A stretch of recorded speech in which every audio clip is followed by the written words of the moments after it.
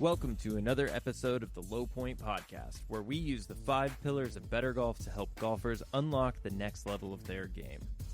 I'm Ryan, here with my co-host Nick, and we understand that every good swing and every golfer's journey has a low point. Let's jump in.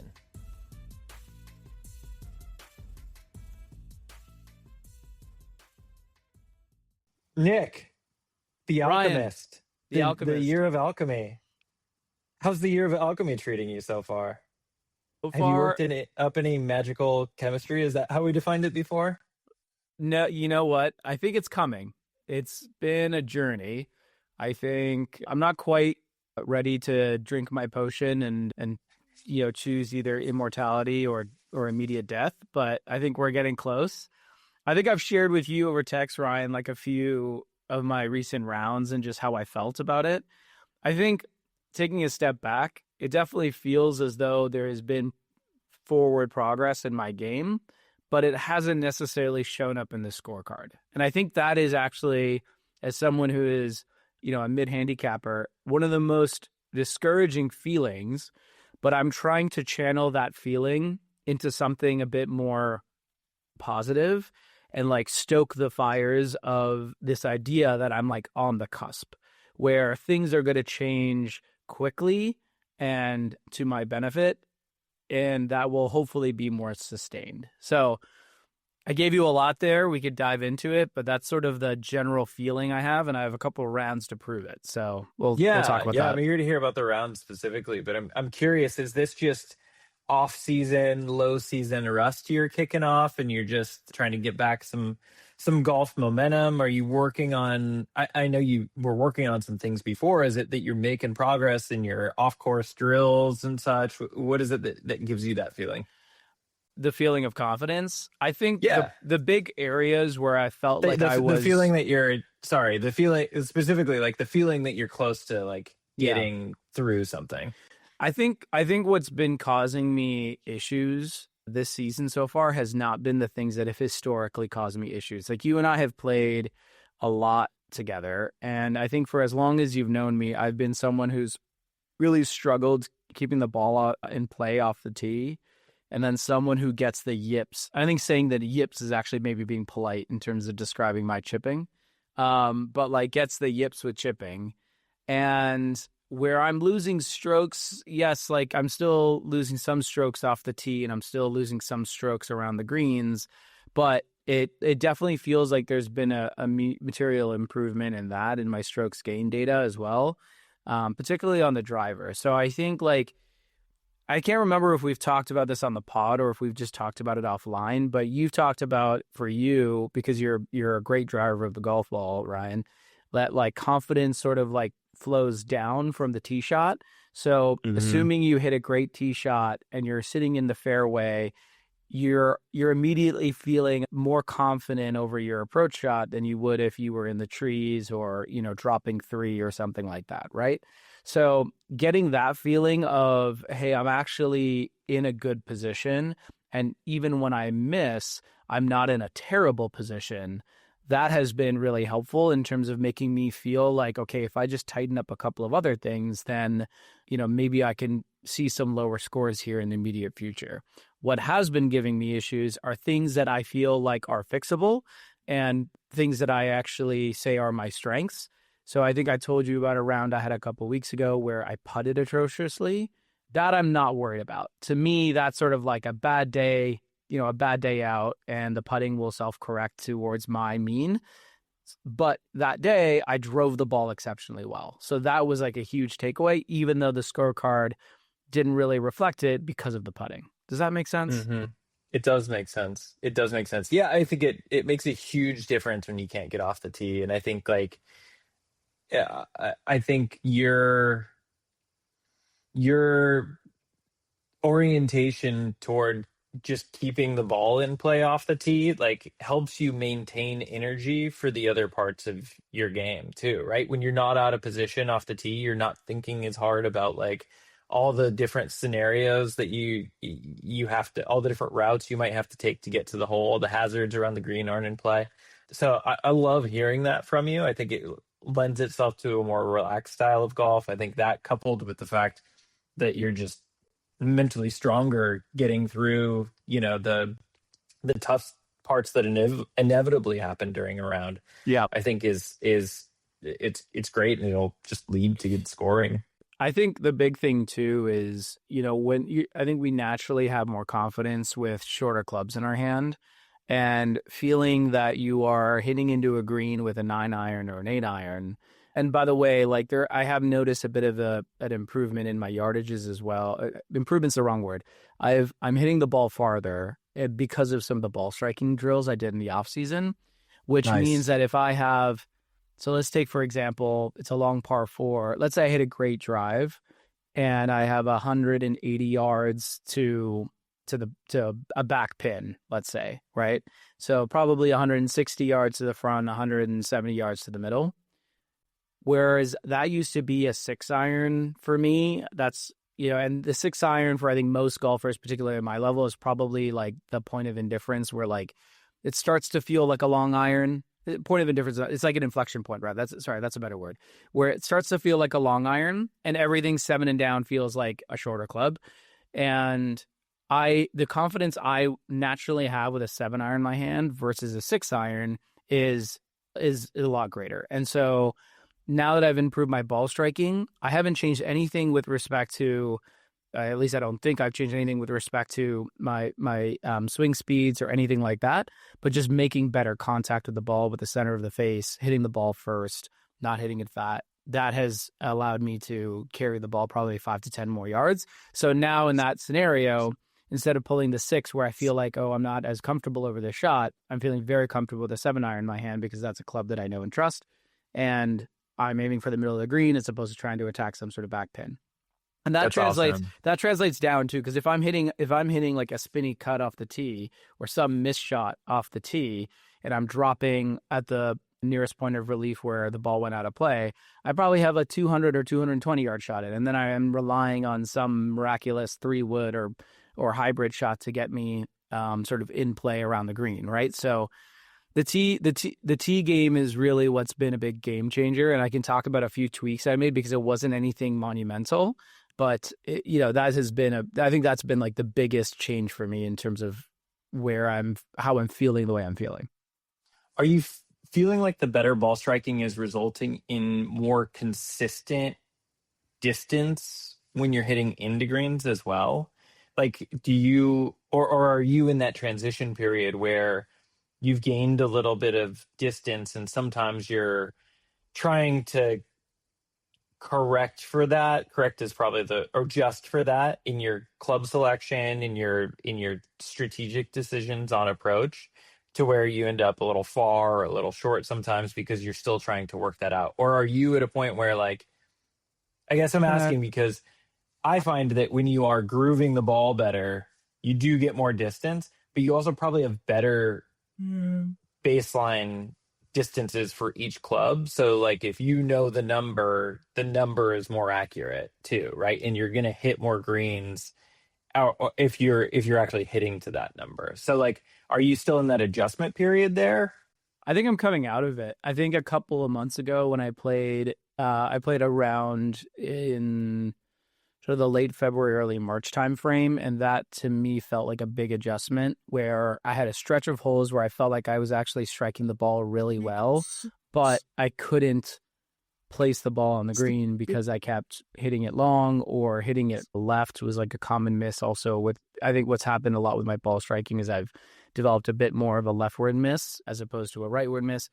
It does introduce this sort of like, double miss scenario, which you never want to be in as a golfer. And that has resulted in some of this stuff. But I think where I've actually kind of shaken out with this is I know what clubs, I know my updated carry distances, but I also know how I tend to miss with certain clubs in my hand. So for instance, with this improved ball striking, I feel as though 7 through pitching wedge, I tend to miss left, but with my 4-iron through 6-iron, I still tend to miss right. And so I can adjust a little bit better that way.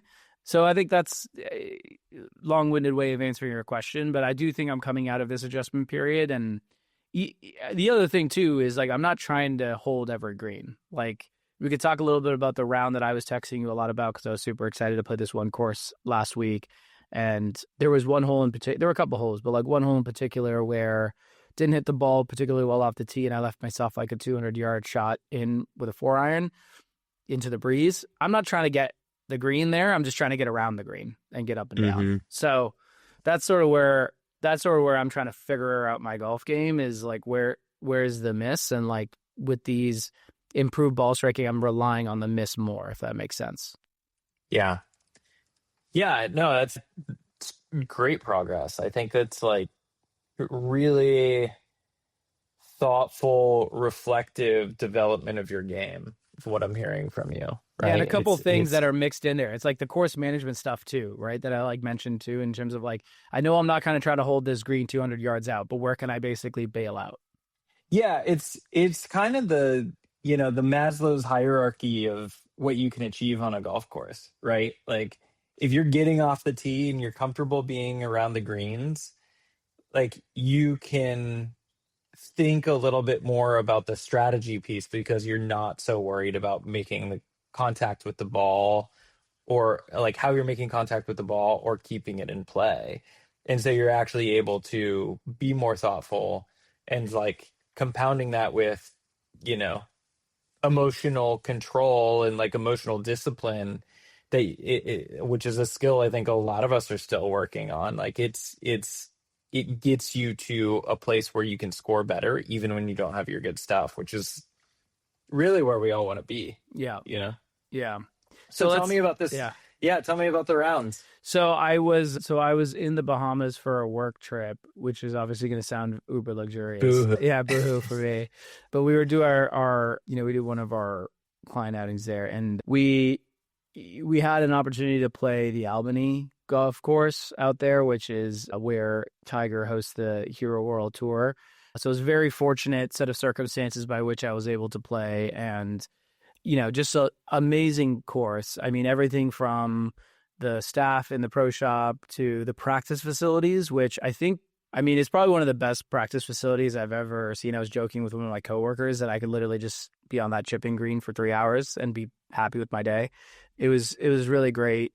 But the course itself was really fantastic, really tough. If you were to play the tips, we weren't playing those. We were playing about 6,500 yards, but one of these, that's still a decent amount of yardage on a PGA Tour caliber course. And not to mention there's no rough anywhere. So it's like fairway and then sand. And depending on where you are on the hole or on the course, like the sand is a little bit firmer or it's softer, which like does play a little bit more like rough. Frankly, I'd much rather have hit out of this sand most times versus hitting, 2-inch or 3-inch thick rough at Torrey Pines, but it still made it challenging if you missed off the tee. So it wasn't but like this is a perfect example of one of those scores where I didn't feel like the scorecard reflected how well I played. I think I shot a 93, but I had certain stretches where I was 5-6 holes, 1 over par, and it felt like I was playing some really good golf at times. Yes, there was some really bad golf in there, but like really gave me a lot of confidence that I can play a course of that caliber and try to shoot a score on another day. Like it wasn't there that day because I made a lot of mistakes early. I think I opened with a double and a triple, which is probably on the 2 easiest holes on the course. But being able to get up on that third tee, which was a longish par 5, hit a great drive over an aggressive line, which you had to sort of go over this bunker, which wasn't really in play, but you just had to commit to the line. And, hit a great 3-wood to the back of the green, chipped it up with a hybrid, which I want to talk to you about is maybe a new weapon in the arsenal. All right. Yeah. It was like one of those steep embankments on the back of the green that rise like 6 feet. You know what I mean? And I just did not trust hitting a wedge up there or a putter. Sounds like a tool for Pinehurst. Yeah, exactly. It's exactly what I was thinking. I was like, this is perfect. I need to bring this to Pinehurst. But dig it. Yeah, but that was, I got in for par there, and then just had like a really good stretch of holes, including a par 3 there where I had a tap in birdie like within 2 feet on a par 3, which is great. I had a scrambler's par on a par 5 where I hit my tee shot with a 3-wood fat. It only went about 180 yards. And then I hooked my second 3-wood onto the next fairway. But I was able to hit a really nice 7-iron to a place that was about 50 yards short of the pin, pitch up and get up and down for par. So that was like, to me, getting that par and seeing that ball drop in the bottom of the cup for par was honestly the best feeling. It was a better feeling than hitting that like tap in birdie, frankly, because it was like that tap in birdie. If I shoot that shot 100 times, I'll probably recreate that like 5 times. But I feel like that scrambler's par, I can really try to do that every single time. And I hit you stayed in the hole, man. I stayed in the hole. You had all of the invitations to leave, and you stayed in. Right. 2 really bad shots with one of my trusted clubs. And I don't like saying I trust clubs versus others, but a 3-wood is typically a safety club for me, and it let me down, and I was still able to recover. So there was, I don't want to go like hole by hole, but there was a good stretch there, and then on the finishing stretch, I had a good stretch as well. But too many doubles and triples that, on the card that just made it difficult to shoot a real score.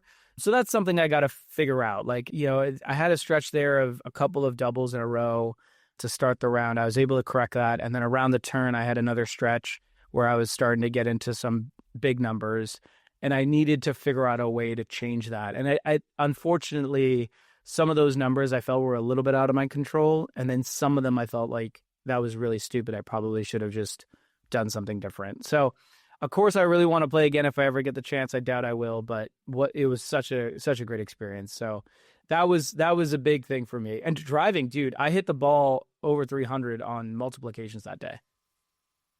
So that's awesome. Yeah, driving the ball well. That's really awesome. And I always think of my I mean, there was some wind, so I'm not going to say that was all me, but like certainly wind plays a factor in the Bahamas. But I mean, when Arcos tells you you're driving 315, it probably means unadjusted. It's probably close to like 285, 290, which for me, like I think about my driving, my carry distance being about 265 without any wind. So I'm still hitting the ball farther.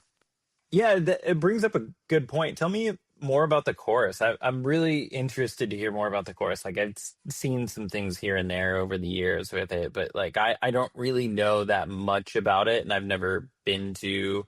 I'm in my travels, I've just never really made it to the Caribbean in general, so I don't really know what it's like. What was this course like? Was it built where you talked about some wind? Was the course built with the prevailing wind in mind, where like these holes where you hit it 300 plus, or holes that were built longer, like you just had longer par 4s because they knew that the wind was behind you? Or I'm curious about that. I'm curious about how you think about it compared to other PGA Tour courses you've played. Like where does it kind of fall in like the feel of it? Yeah, I'd say the feel is very much like the courses we've played in the desert, where you don't have a lot of tree coverage to protect you from the wind.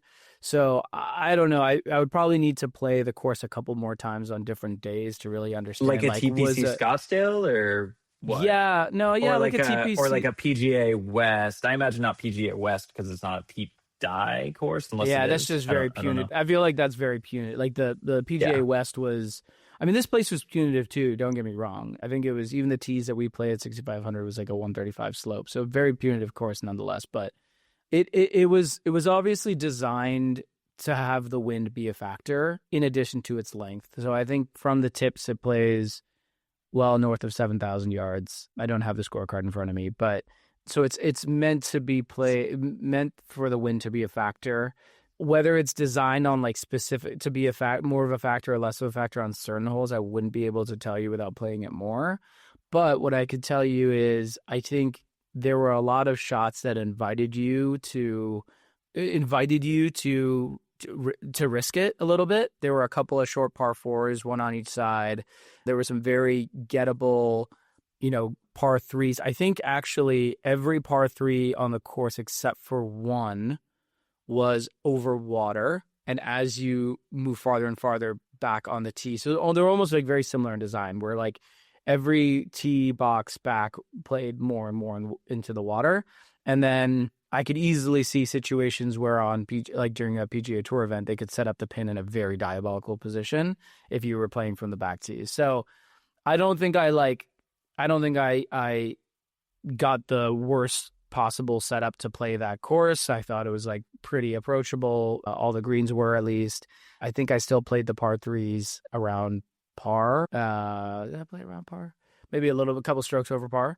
So it was just really fun. Like there was a lot of big dunes off the fairway where if you lost your ball, you had to like basically hit out of these like straw sand combo type situations off a hill.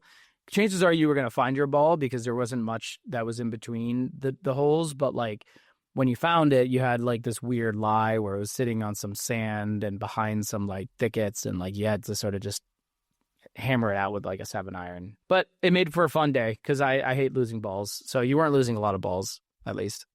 Yeah, that's nice. I was wondering about that. I just looked it up. I would have never have guessed because I didn't know he designed courses, but that course was designed by Ernie Els. Oh, I did. No I did idea. hear that. Yeah. So maybe shout out to Ernie Els to design more courses because I was a big fan. I Yeah. love the fact That's that there was cool. a short par 4 on each 9. That also is very reminiscent of Rustic, as you know. And so I kind of liked that. I love these like risk reward holes that like invite you to just like try to drive the green and penalize you if you don't hit a great shot. I think those are great Yeah. holes. Was it like it's at a resort, right? So did it feel like a resort course in that way? I mean, yes and no. Like I mean, a I would say it's hard more of resort a course? it's more of a tour course than a resort course because that resort is not really open to the public. And so Yeah. it's to call it a resort course is not fair because it's not a real resort. It's Like even if it's called, it's a resort in name only, but not like, correct, not in design Yeah. and not in practicality. I would say like Yeah.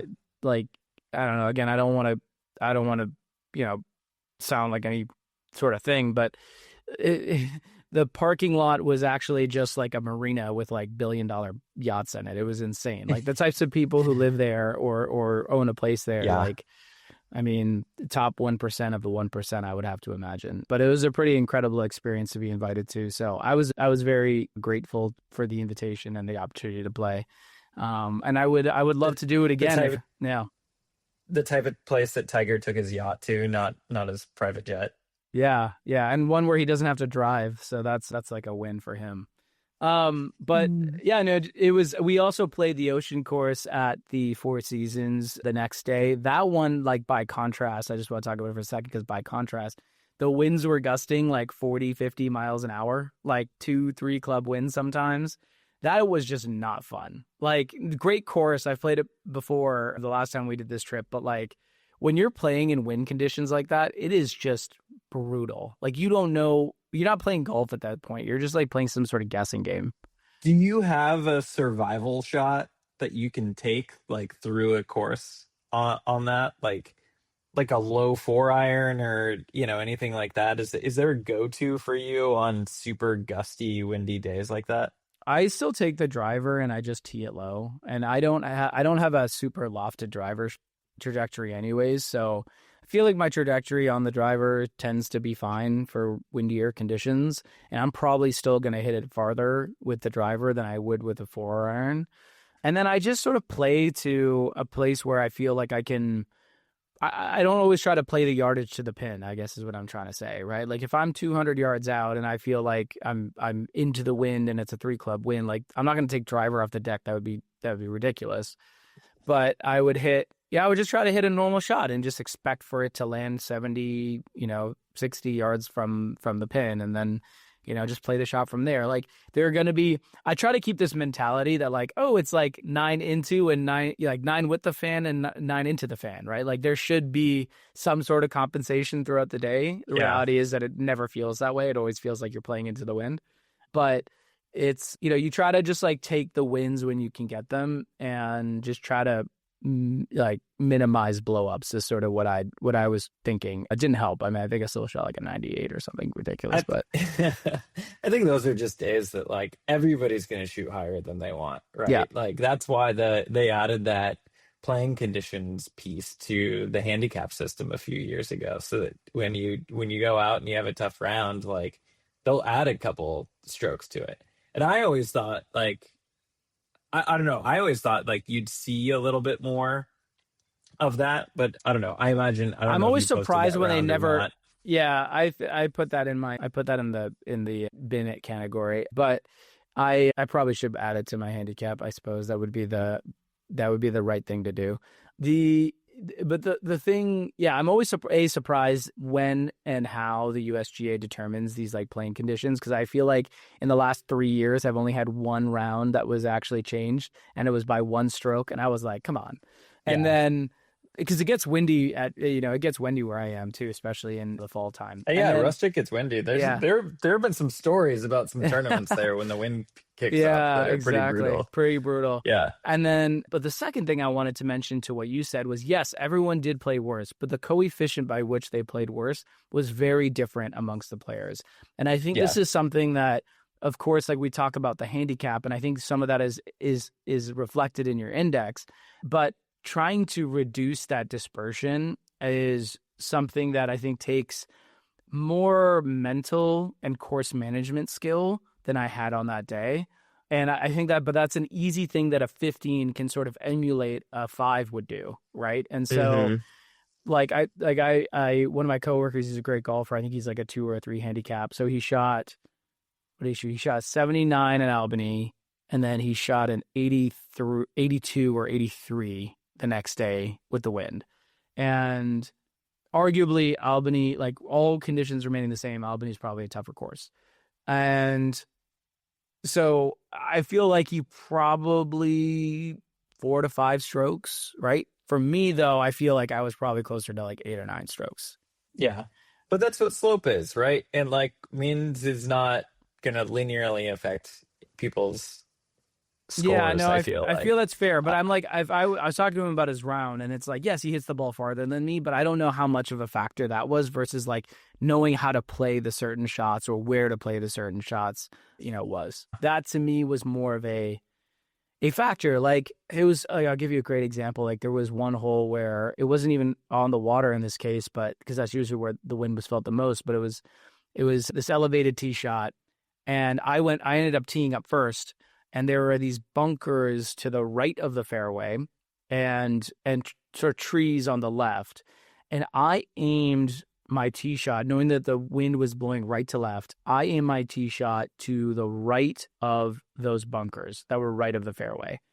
And I hit the perfect tee shot, like perfect start line. And it still gusted to the other side of those trees on the left-hand side. You had to have aimed. It was like one of those holes that were back to it. You would have had to have aimed on the preceding hole's tee box in order for you to land in the fairway, which is so difficult to just mentally overcome. It's hard to commit to that. Yeah. Right?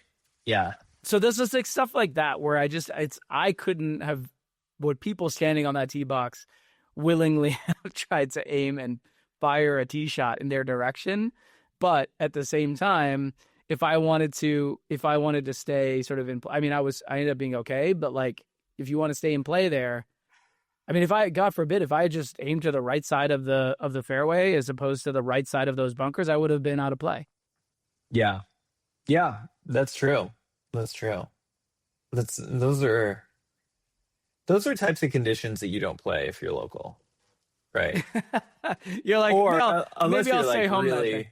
Yeah. Unless you're really like trying to, get better in all conditions, like try to be a tournament golfer. I mean, I do think sometimes I get spoiled playing in Southern California where the conditions are always perfect. Like if we ever have any Scottish listeners or Irish listeners on our podcast, they would be like, what are you talking about? That's how golf was meant to be played. And so you're a dome golfer. Yeah, exactly. Right.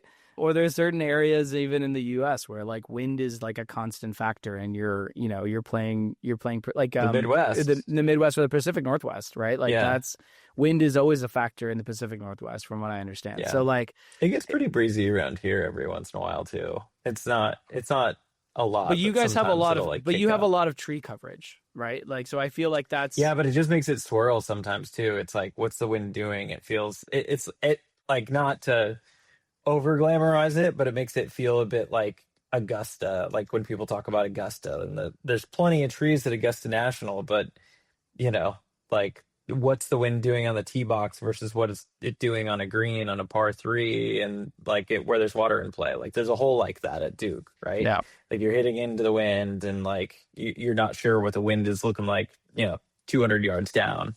So those types of things do happen here, but I have, so just to wrap up on this, because I want to move on to a couple of other things, but like to wrap up on this, I think those couple rounds I played in the last couple of weeks, I think were still encouraging, even though the scores weren't. And I think what's important for me is, even though my handicap crept up a little bit, I think I'm back over 14 now, as opposed to sitting sort of in the mid 13 camp, to not lose sight of the overall goal, and just like to reminisce a bit more about, not reminisce, that's a bad word, but like to focus more on and try to take away a lot from the holes or the stretches of holes where I felt like I played really good golf, and see if I can just continue to stretch that out, maybe one more hole at a time.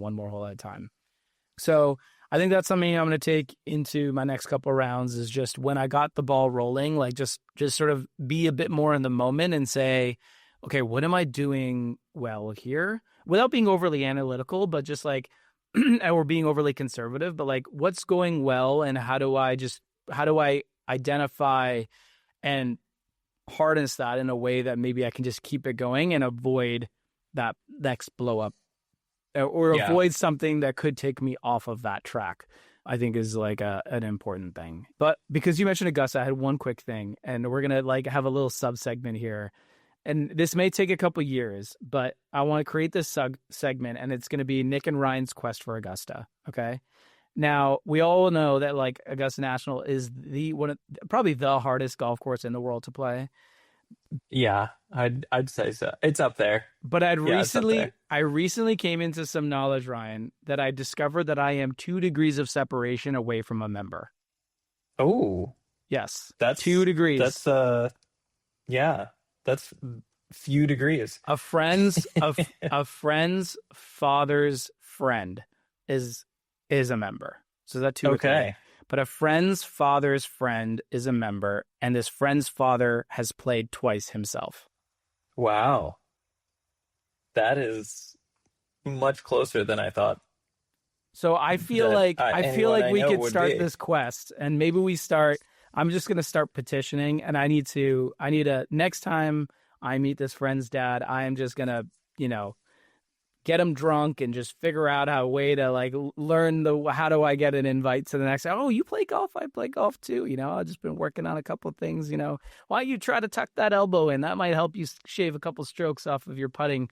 I think we got to do more research on this guy too. It's like we need to find the golf, but you need to find like the 2 or 3 other things he's kind of into. So it's like all of a sudden you're just his best friend who has the same interests. This is quickly turning into a podcast about stalking.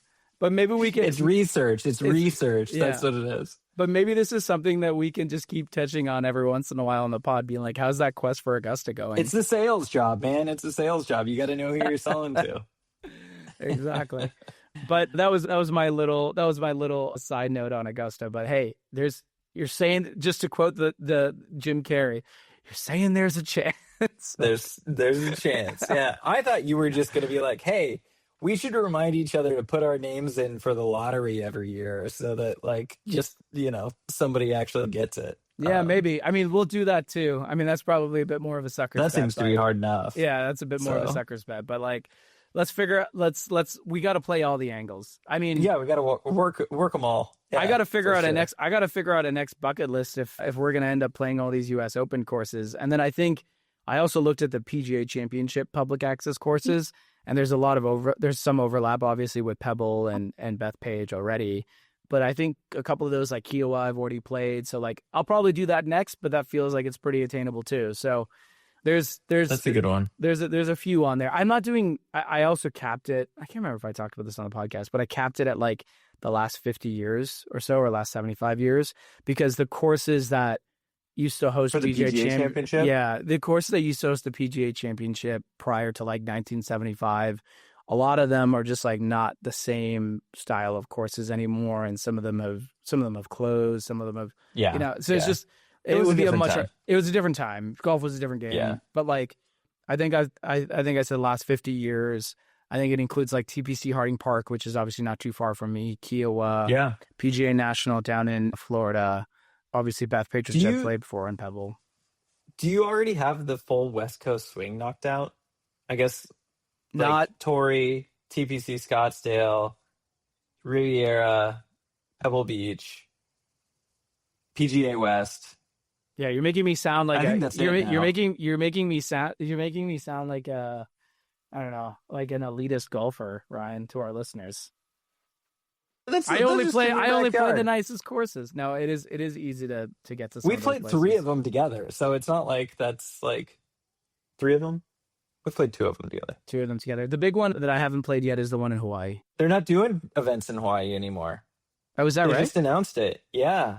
Because they had to cancel the one at Kapalua because of drought reasons last year. And I guess the sponsorship or something ran out. And they were just like, they played 2 events back at back. You know, it was the Century and then the Sony Open. And they were like, we're just not going back to Hawaii now. Interesting. kind That's of a too bummer. bad. That is too bad. Yeah. Because I did think it was something that I thought that I loved playing golf in Hawaii. I think it's a fantastic I venue think for they'll golf. go back at some point. I think it's just one of those. They're trying to figure out so much with the schedule of what's going on and all It's that. a lot of travel but- because it is also 5.5 hours from the West Coast. Yeah, It's- which is it's- why they did 2 events out there, right? Yeah, But- yeah.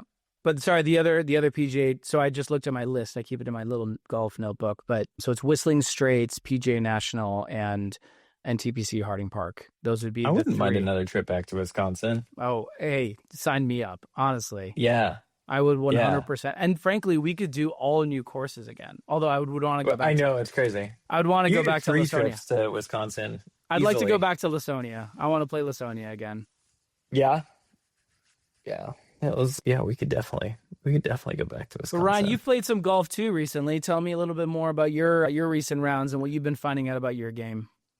Yeah, I have played some golf lately. Didn't touch a club for a month after my trip to Phoenix. So didn't putt, didn't chip, didn't make it to the range at all. So I went out cold 2 weeks ago, played Duke. Just wanted to get back to the course that I know best around here. Played Duke. With my schedule change, I now play Friday afternoon golf primarily rather than Saturday morning golf. Got to tell you, different crowd, different vibe. All Good or together. bad, or just different? It's just different. It's a little more laid back, right? Like I think Saturday morning golfers are people that are like Trying to get gotta back get home. out, get my Yeah. golf in. I'm taking it seriously. I gotta get early tee time so I don't get stuck at the course. Got things to do Yeah. the rest of the day, or maybe I don't, but I just want to have a beer at lunch and enjoy the rest of my day or whatever, right? Like, Yeah. there's more happening after Friday afternoon. It's like the end of the week. You don't really have anything else going on. Like you're just out there chilling. Played with a guy who was like a former Duke professor. He'd clearly been there for like 50 years or something. Like went to school at Duke and then became a professor, and he's been retired forever. And played with 2 brothers that are probably like 10 years older than me. Played from the whites, leaning into the year of sexy indifference and just, showing up, letting the score come to me and just trying to keep the ball in play. So it was a good time. Didn't like play didn't do anything crazy on the course. Hit fairways, hit greens for the most part. Didn't really get up and down for bogey when I needed to. The greens, man, this was like a weird thing. Coming off of not touching the club for a month and having been putting so well, especially from lag putting perspective, I get there, the practice green is punched. I'm like, oh man, the whole course is going to be punched. Get there, the first green not punched at all. Like, oh cool, it was just the practice green. No man, it was off and on throughout the round. Like there were greens that were half punched. There were greens that were like completely dried out in Really? spots. I don't think I've Yeah. ever seen that before. It was wild. It was bizarre, and I just couldn't. Huh. I because I had no feel going in, I couldn't get a feel throughout the round. I think I had 3-4 putts. Just couldn't get around. I just couldn't capitalize on some great shots that I hit. Like I was hitting the ball real well. I was excited about it, but I'm like 3-putting from 15 feet like 2 or 3 times. It was just I just couldn't do it. But it turned out all right. It was a little different. Started off on the back 9, which I'm not used to. Went around the front 9, played that, but This is what's different about Friday afternoons. One of the brothers that I'm playing with wasn't feeling well, wasn't hitting the ball well. He dips after 9 holes. We turn we make the turn. The old guy's like, I'm gonna play like 3 or 4 more holes with you. And we're like, cool. We make the turn. We're playing hole number 1, our 10th hole. But hole number 1, we get to the green. We see a single behind us. So it seems like this single was sent off the back 9, quote unquote, late afternoon by himself. So we wave him up. So now we're 4 again. We've got a 4th guy again. So then we play a few more holes. After the 4th hole, the older guy leaves as promised. We're down to 3, but I only finished with 1 guy that I started with, right? We're a whole new group of people by the time we end, right? Just like super laid back. People are peeling off. They're like, it's time for dinner. That actually sounds like the best way to play golf. Just like have like it was actually really nice. It was like, and I liked the 1 guy that stuck around. So it was good. It was good. But yeah, nothing crazy happened. The 3 putts were tough. But I will say, I knew that I was close. Like, my goal this year is to play these courses from the whites until I break 80. Yeah. And then I'll move back to the blue. Instead of just going straight to the blue and trying to play as many times, like, I really want to condition myself to not make double bogey and that I can score in the 70s, that I'm like a guy who scores in the 70s, and just like ingrain that feeling in my brain. And not just do it every once in a while. Do you feel in any respect, given the fact that you are a mid to low single digit handicap, that if you were to play the whites and shoot a 72, let's say, that you're in any way, shape, or form not cheating, because that's too strong of a word, but like, it's not a real score. Like, even in your head, like I know that the USGA will score your differential, right? And that's all that really matters, like statistically. But mentally, do you feel like that wasn't a real round? Like that wasn't not at all. Not at all. Like, that's not like playing basketball with like 8-foot nets. Like, yeah, no, it's not like it's you're not making hole in one on a putt course or whatever, or like a pitch and putt, right? Like it's not like that. Like it's very much, to me, it's so hard to make, like, shoot par for 18 holes. Like, it doesn't matter what tee it's from if it's a normal regulation course. Like, it's set up tough.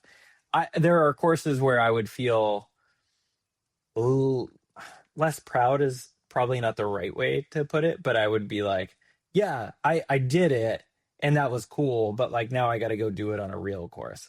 The course that I like at Duke, or at the the course Grandview in Sun City West, that I was 3 inches short from making the putt for even par, like those are legitimate courses that are tough. And if you miss on the wrong side of the green, you're stuck. So it doesn't matter where you tee off of, like you still want to hit the greens. Like it's more about conditioning myself that I can score in the 70s more, and like more about teaching myself how not to make double bogey, so that when you take a step back, like you can make better decisions when you're not in the right place off the tee, as we were alluding to before, or when you're like, don't put too much pressure on yourself, right? Like eliminate the double bogeys. Maybe you make more double bogeys like in general because you move back, but it's going to be harder to score. I don't know. Like it's not that big of a deal. I don't think. But do you change the goalposts at all, the way you think about score then, where you said like I want to shoot into the 70s, which I think is your target, but because of where you're setting up. So like from a differential perspective, hitting in the 70s from the whites is equivalent to hitting an 82 or an 83 from the blues, right? So is that why you're thinking the way you're thinking around your score, and not necessarily trying to say, well, I think I should achieve a better differential from the white tees. I'm going to shoot the same differential that I would have shot from the blue tees, but just from the white tees.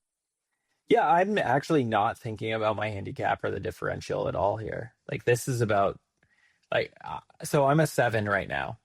And like that, I think it was a 7.4 before that round at Duke, which I want to finish telling the story of that one. But But so I'm a I 7 understand. right now. And so I am not worried about that handicap. I am, as a golfer, I know that I can shoot in the 70s. I know that I can reduce my handicap down below 5 when I have time. I don't really have time right now. So what I want to do is I want to build up mental reps that of rounds in the 70s and rounds with lower scores and rounds without double bogeys, so that when I get back to playing more and putting more work in my game, I'm not nervous when I'm 2 over through 16 or something like that, right? Like I want to be there. That's where I've been there before, right? Like my brain doesn't really know in those moments that I'm playing from, the back tees or whatever tees, right? It Yeah. just knows that I've been in there this. before. I've been in this position where I'm coming in on the final stretch and I'm 2 over and I could shoot a score and I'm not gonna blow it up, sort of a thing. And I think that's a really, yeah, no, look, I think for where you are in your game, and it's different for folks who might be more in my lane, but like, I think it's varying degrees, right? Where if I know on walking off 15 green, right, that, like if I par out, if I'm 1 over, I'm going to shoot a personal best, right? Like just to use a very generic example, the minute you think that you're going to be in trouble. And it actually kind of happened. It actually kind of happened on my recent rounds where we were playing a scramble. And it just so happened that despite the fact that nobody was playing well, we all were picking each other up on various holes. And so we actually didn't shoot a net bogey until 17, because on 16 green, I was like, oh, we're only 2 back of the leader right now. Yeah. And then you start thinking about it. And then you start thinking about right? it. And then we net bogeyed on a scramble. We net bogeyed 17, which is not good.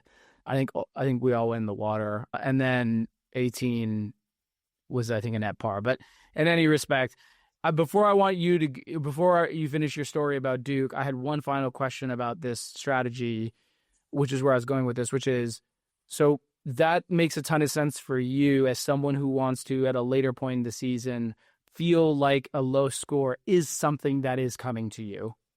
But for someone who is more of a mid-handicap like me, people always say you should play the forward tees. It'll build your confidence. Do you feel after doing this 4 to 5 to 6 times that this is something that every golfer can benefit from?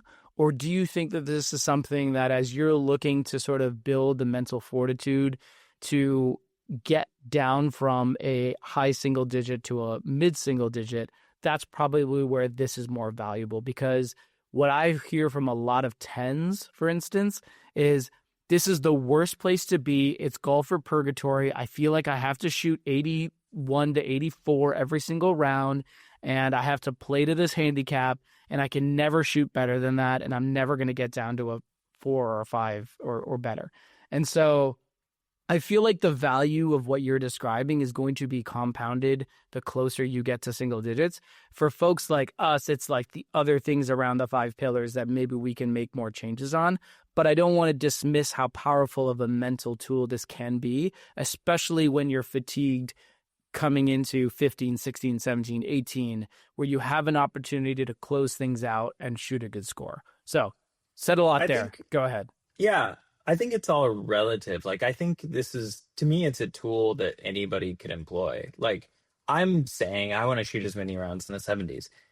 For somebody who's a higher handicap, it could be I want to shoot as many rounds in the 80s, so you move up, right? Instead of, like, I think you and I have both been there where you're, like, at that position in your game where you're a 90s guy, right? And every once in a while you break 80 and it feels great, but then you just want more.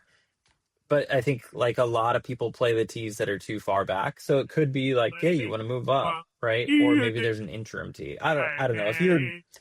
I think if you're 85 could be the number. 83 could be the number. Like, it doesn't really matter. But, like, if there's a number that is a good round for you, or like the hard let's just call it once every 10 rounds, you can shoot that low, right? Your handicap's not going to be that low all the time, right? It's your stretch number.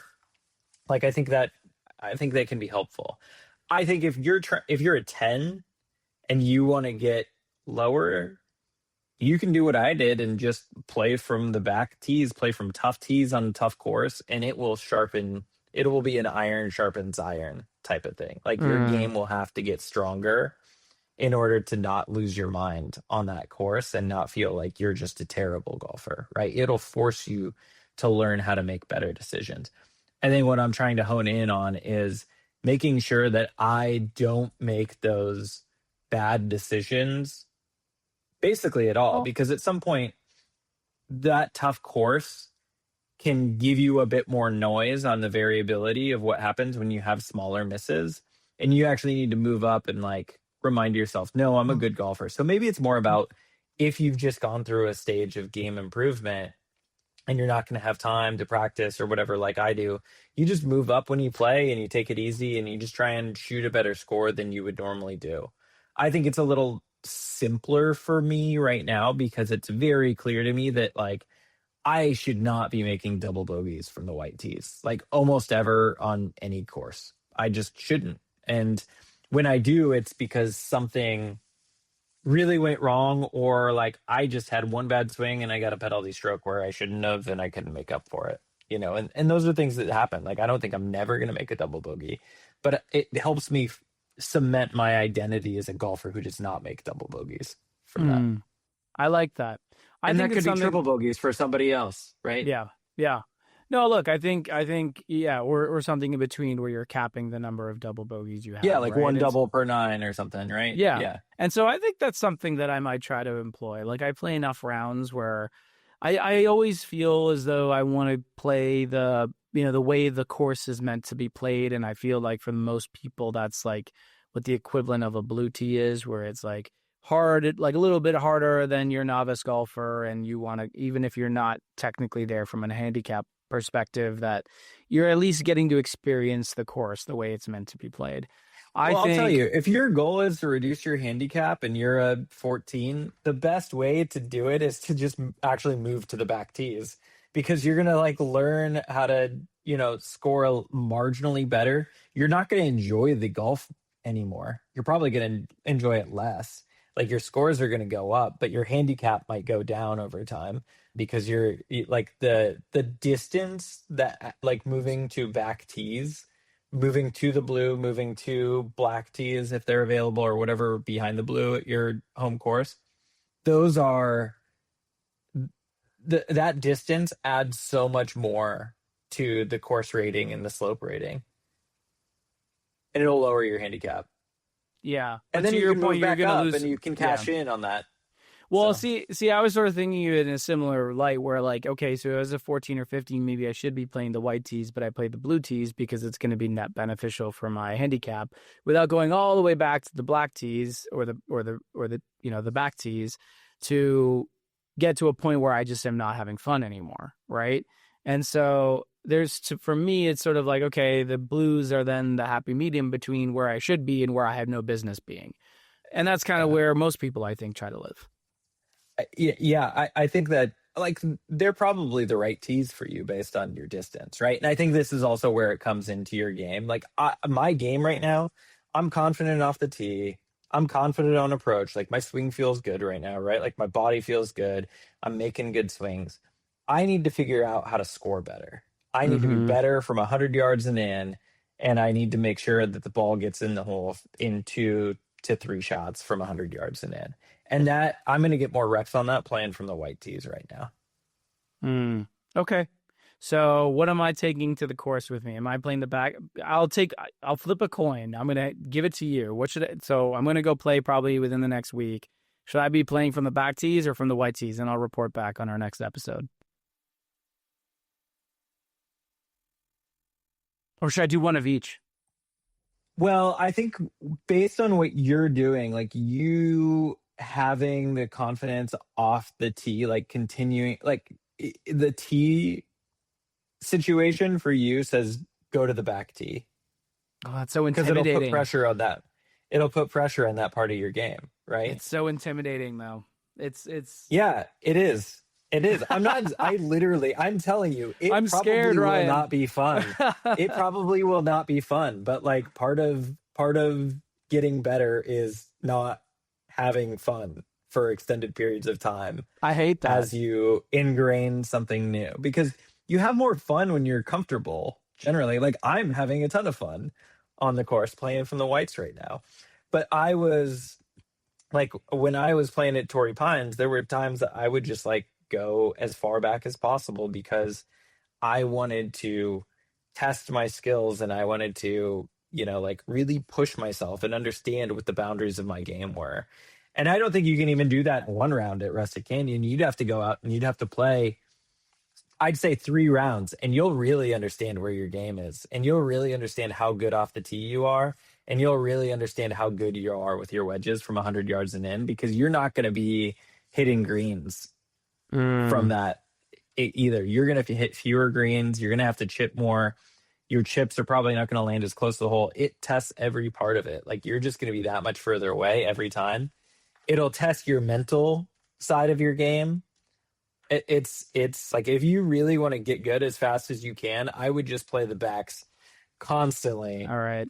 And not have any fun all summer. Oh my gosh. Okay. I feel like I'd probably have to do this now.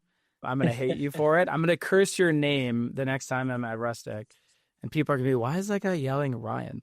But I mean, like, look, there's also, I'm a big pace of play person, and I get really self-conscious if I feel like if I'm slowing people down. And maybe this factors into the, what you're saying about testing the metal that you have in terms of you have to keep the pace of play, even though I get very worried about people being like, what is this guy doing from the back tees? Like, why are you playing there? They probably will, like and maybe not like right away, and maybe like not the first round you're gonna have a good round, but like there will be a point where you will be playing from the back tees and you'll be like, man, I do not have it today, and they are definitely looking like that. Happened to me a ton. It's just like, why is that guy playing from back there? But I don't know. You can save it for when we could do that when I come back out there. Well, people, when you step up and you hit the ball, people are like, "Oh, I get why this guy's playing back there." Honestly, though, I think your game is right now. Like the progress you're making, like you're in a good position to just play the blues and get to that next stage that you feel like you're close to. I actually think like if you were to move back, it might not undo that, but like you will not feel like. You will not get to that result. Like you don't need to move the goalpost further out right now. I think you're making progress and you've got a goalpost, and you'll reach a point where you're comfortable enough to go to the back tees, and that's probably the right time to go to the back tees then. Yeah, I think for me right now, one of the things I've tried to work on just in terms of overall course management is just minimizing double and triple bogeys from the tees that I play, and just trying to just do that, and it's like you're saying, okay, no doubles from the whites. I think that's a good place to be. And if I were to play from the whites, I'd probably have a similar, maybe not the same, like no doubles, but like, a double per 9, right? Or maybe 3 doubles on the day, like one every 6 holes potentially. And kind of try to instill this idea of like, okay, if I got a double on a hole, like that's my quota. Like I can't go above that quota. And so I think I'm going to try to implement that more, but from the blue tees, maybe it's 2 doubles per 9, right? And say, okay, I've hit my quota. I have to now be a little bit more cautious of the way I'm going to play. I kind of took my eye off the ball. I've let things slip. And now this is a great reminder for me to say, I can't let that happen anymore. I think what you could do right now that would be equivalent to what I'm doing is just start with no triples. No triples. Like start with that. Like I know that you've played many rounds where you don't have a triple. Like, but how do you play every round without a triple? Like probably not, right? Probably not, and that's where like I'm moving to the whites. Like I've played I've really only had a handful of rounds in my life from the blue tees where I did not have a double bogey. And there were many where I had like one. And I just like, it irked me when I got to like the 17th hole and finally had a double bogey. It's like what I'm doing now is getting to that point where it's like, no, I should not have a double bogey from the whites. And I probably had as like, I think every good round I've had from the whites, I did not have a double bogey. And when I've had a double bogey, like it's more or less the litmus test of me breaking 80 or not from the whites right It's now. very hard It's to like, break 80. It's very hard to break 80 with, I think, more than one double, because the chances of you, even at a 5, and correct me if I'm wrong, chances of you scoring more than 2 birdies around is probably very low. Right. Yep. Exactly. Yeah, it's pretty low. Like the average is like 1 point, like maybe 1. Right. I think it might not even be 1 for a 5. So that math by itself. So if a 5 handicap averages 2 birdies per round, that means you should really only be allowed to hit 1 double. Like that's what the math would suggest. Yeah. It's no doubles, man. It's no doubles. That's it. That's and it. I think it should be no triples for you, right? Okay. Because you want to give yourself something that's like achievable that you've done before.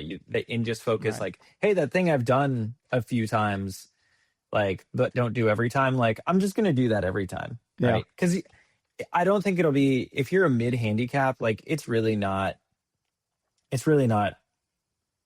realistic or encouraging to go out and say like, I'm not gonna have any doubles. Like, if you're a 14, you're gonna have a string of bad holes. Like that's just the life of a 14 handicap. Just make sure those aren't triples, right? I think you can do that. I think that is very reasonable. Tune in to next week's episode of The Low Point, where Nick shoots 18 double bogeys in a row. I think it's if you do that, man, you deserve some sort of award, right, for that consistency. So tune in to next week's episode where Nick tries to get the nickname The Alchemist to stick. So let me tell you about the finish to my round at Duke after that great. Oh my gosh, how did we go? I forgot that we even left that alone. Okay, let's go, Ryan. So bring us home. So this round at Duke, look, I actually, let me pull up the scorecard here real quick, because this is all about that no double bogeys thing. So I had, oh gosh, wrong scorecard. Okay, so here was my round. I made 3 pars to start the round. I made 4 bogeys in a row. And then I parred the last 2 holes. So I go out in 40. I'm trying to break 80. I'm like, I'm on pace. But at one point, I was like, man, I'm making so many bogeys right now. I had 3 putts in a row. 3 putt bogeys in a row. You're still giving yourself birdie. You're still putting for birdie. Yeah, I hit a lot of greens on the front. I hit 6 greens and shot 40. So pretty terrible. That's pretty on the really? putting. But that was me not being able to stick with the greens, right? Like you're also playing from the whites, right? So you probably have a wedge in your hand most of these. I had like reasonable shots. I could hit a lot of greens. So go out, make bogey on 10. I'm like, oh, okay, I'm 5. And this is like, I'm not keeping exact count in my head, but I'm like, you kind of generally know. Yeah. I know. And then so as we go around, I then end up making a bogey on the 17th hole. And I know I looked at my card before that hole and I was like, oh man, I have to make a par here. I have to par the last 2 holes to make it. So the 17th hole is really the 8th hole at Duke. It's a par 3. I've hit this green so many times, but I'm playing from the whites, so I take too little club. Ball ends up in this front bunker. Like, I just couldn't get it close to the hole. Miss the putt, so I have bogey. So I'm like, oh man, I am at 80. I'm gonna go birdie this 18th hole. So I go to the 18th hole. It's a par 5. It's kind of a weird dog leg. It's got a big goalie between, the first length of the fairway and like the approach to the green. I take a 3-wood and I pull it and it hits this one tree branch on the left-hand side. And I'm pretty sure it shoots out of bounds. And I am so mad at myself. For not giving myself enough room, but I knew I needed a birdie. So I was like, I got to take a relatively aggressive line here. And I was so mad at myself. So I hit a provisional, go up, and I'm like, the provisional was great, by the way. It was like the perfect position. Go up. Somehow my ball, it hit this branch, but it must have just ricocheted forward. And it's in the left rough. on an Wow. uphill lie. It went much further than I thought it was going to. So I'm kind of teed up, right? Like it's sitting in the top of There rough. we It's an go. uphill Go lie. zone, I've baby. Go got a zone. 3-wood, so I hit that. It gets up to the front of the green. I'm feeling good. I still got a chance. Hit a chip up. I hit it. It was pin high, but I put it like 10 feet right of the green. It was kind of tough. Like the pin was back left. It goes around this big bunker. And yeah, I was like 10 feet away from the hole. And I was like, all right, I haven't made a putt all today. Like, I'm just going to make a run at this one. It's a pretty flat putt. I'm just going straight at the hole. I'm channeling myself at Aaron Hills, where I'm just keeping it simple, just going straight for the hole, hit it with pace, just like hit it, like make good contact, hit a good putt, goes in. And goes in for birdie for a 79. So I did it on the first time playing from the whites. I manifest it. So it was great. It was great. I was really, really happy, really proud of myself on a day when otherwise my putting was atrocious. Just one of those total, like, I could have shot 74 days and I just screwed it up, right? Just is there Ryan, is there a better feeling in golf than hitting a provisional and then finding your original ball? And it's the only thing better shape. is knowing that you need to make a score and making the score. That's the only thing better. I don't know what that feeling is, so I cannot claim to know. But I have hit many balls that I thought were gone forever, and lo and behold, they're sitting there right in the rough, and I'm like, this is the best feeling ever. Yeah, it's so good.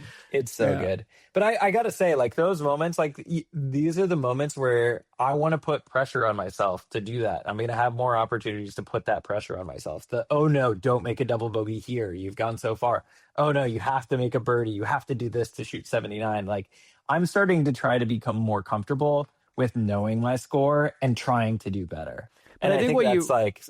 I think what you said though takes a lot of mental practice. Like people often say, like, you don't want to think about score when you're playing, and I'm probably in that camp. Like, if I tried to go and shoot a birdie, I'd probably end up shooting a triple. Like, it takes a lot of skill and mental strength to not lose yourself in that ambition, but commit to your game to know that it is possible. That's exactly that what you said is the most important part, committing to your game, right? Like, you have to trust your game. And I think it's easier to do when you get to like a mid single digit handicap. Like, if you found that same ball in the rough and it wasn't sitting up, let's say it was sitting down in the rough, right? And you had to take an iron to it, you couldn't take a wood to it, you probably wouldn't still be thinking birdie on your mind, right? I would have been, but I would have had to it would have been a different approach, but I would have known. You probably hit it to a place lower. where you could pitch it, where you have to. I could hit a wedge to try and basically get to the same spot where I chipped up. Like, my chip wasn't great, actually. Like, my chip wasn't great. Like, I was 10 feet away from the hole, and I missed what I was trying to do by 7 or 8 feet. Right. I was still trying to stay to the right side of the hole, but I missed. It was a big miss on the chip, and so. Like, I could have accomplished the same thing from 80 yards out, 100 yards out if I had to. It just would have been harder. Got it. So I know we said we were going to keep this to a tight hour, Ryan, but we, like usual, always go over. So maybe this is a good place to end it, because I think I have my assignments for the week, and I think your assignments are pretty similar in that I think you're going to continue to play from the whites and try to not have any doubles. But anything else that you think that we should be working on here, and maybe some things that our listeners can take on to their weekly rounds? I think we've talked about a lot of great stuff. I think we've talked a lot about knowing your game, knowing your miss, talking about figuring out how to just minimize the blowups on the card, having the mental fortitude, because it is so much more about the mental fortitude than it is the physical strength. Yeah. And so that's all stuff that I'm going to take out. But anything else? Yeah, the only other, I think the one thing that's a theme running through that we didn't say explicitly is just stick to what you're doing for a few months. Mm-hmm. Like, don't changing switch things too often. Don't tinker. Right? It's so easy to tinker, and just so easy. Stick with something and just go with it, and like trust the process and trust that it's going to show up. I struggle with that so much. I cannot tell you. I mean, what was my first goal of 2026, Ryan? My first What goal, was your first? commit to my golf What was swing. your first goal? Oh, It I was should commit review to my my notes before No, we talk. that was a rhetorical question. I had sort of posed it as a bit of a rhetorical question. No, it was to commit to my golf swing. I had worked on this golf swing to improve my ball striking. And, look, when the wind was blowing, it was hard to feel like I could commit to something that I felt might create a bit more spin, because that's generally what happens when you have cleaner contact. And so if I'm hitting it straight into the wind and I'm hitting something spinny, it's probably not going to go very far, right? So it's easy to sort of try to go back and try to do something new, like keep the hands low through impact and like, all that stuff that, is helpful, but like I just haven't practiced. And committing to that golf swing is so hard. And but it is important to commit to your game and to commit to the style of game that you have as well. Like we talked about, like how I talked about in terms of like knowing that 200-yard shot into the wind, I'm not going to get it there. So what's the next best alternative, right? Like what's the next best thing that I can do? And so just, and easily having that conversation in my mind. So I'm not between shots. I'm not like, oh, maybe if I could just like squeeze this like perfectly, it'll like, be one of those highlights and everyone would be like, oh my God, like just leave that alone. People will say, oh my God, when you tell them you shot an 82 that day. Like that's what you should be focusing on, right? Yeah. Like that's the oh my God that is going to live forever, and not like, oh, do you remember that heroic shot? I know I shot at 97, but like remember that one shot I hit? Absolutely. So I think that's sort of some of the takeaways too. Yeah, you just got to commit. You just got to get your reps in, whatever your reps are, right? If it's your swing work, if it's playing from the white tees, it's really easy for me to accomplish my goal because all I do is I play from a different set of tees and then, just play golf.